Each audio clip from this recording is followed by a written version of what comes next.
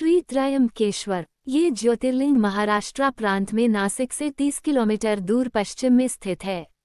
इस ज्योतिर्लिंग की स्थापना के विषय में शिवपुराण में ये कथा वर्णित है।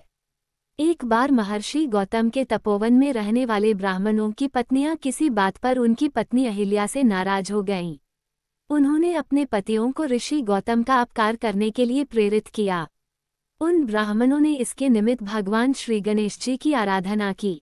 उनकी आराधना से प्रसन्न हो गणेश जी ने प्रकट होकर उनसे वर मांगने को कहा। उन ब्राह्मणों ने कहा, प्रभो, यदि आप हम पर प्रसन्न हैं तो किसी प्रकार ऋषि गौतम को इस आश्रम से बाहर निकाल दें।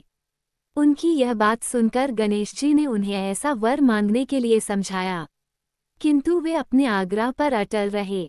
अंततः गणेश जी को विवश होकर उनकी बात माननी पड़ी।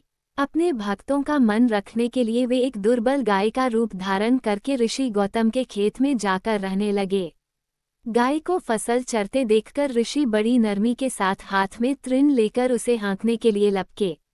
उन तृणों का स्पर्श होते ही वह गाय वहीं मरकर गिर पड़ी। अब तो बड़ा हाहाकार मचा। सारे ब्राह्मण एकत्र हो गो हत्यारा कहकर ऋषि गौतम की भर्त्सना करने लगे।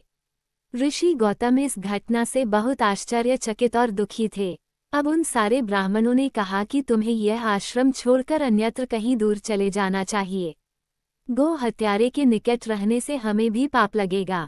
विवश होकर ऋषि गौतम अपनी पत्नी अहिल्या के साथ वहां से एक कोस दूर जाकर रहने लगे, किंतु उन ब्राह्मणों ने वहां भी उनका रहना दूभर कर दिया।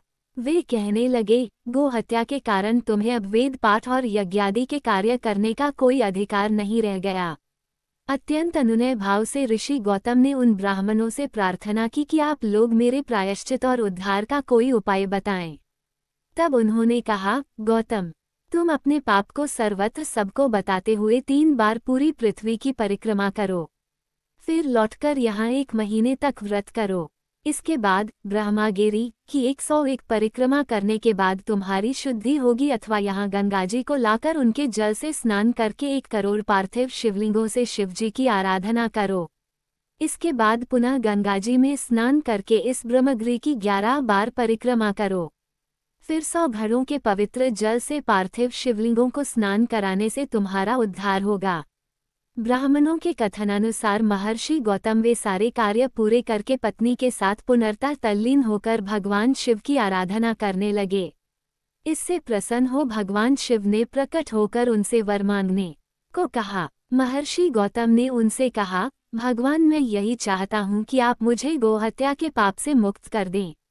भगवान शिव ने कहा, गौतम, तुम सर्वथा निष्पाप हो। गो हत्या का अपराध तुम पर छलपूर्वक लगाया गया था। छलपूर्वक ऐसा करवाने वाले तुम्हारे आश्रम के ब्राह्मणों को मैं दंड देना चाहता हूँ। इस पर महर्षि गौतम ने कहा कि प्रभु, उन्हीं के निमित्त से तो मुझे आपका दर्शन प्राप्त हुआ है। अब उन्हें मेरा परमहित समझकर उन पर आप क्रोध न करें। बहुत से ऋषियों, मुनियों और देवगणों ने वहां एकत्र हो गौतम की बात का अनुमोदन करते हुए भगवान शिव से सदा वहां निवास करने की प्रार्थना की।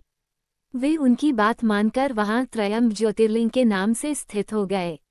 गौतम जी द्वारा लाई गई गंगाजी भी वहां पास में गोदावरी नाम से प्रवाहित होने लगी।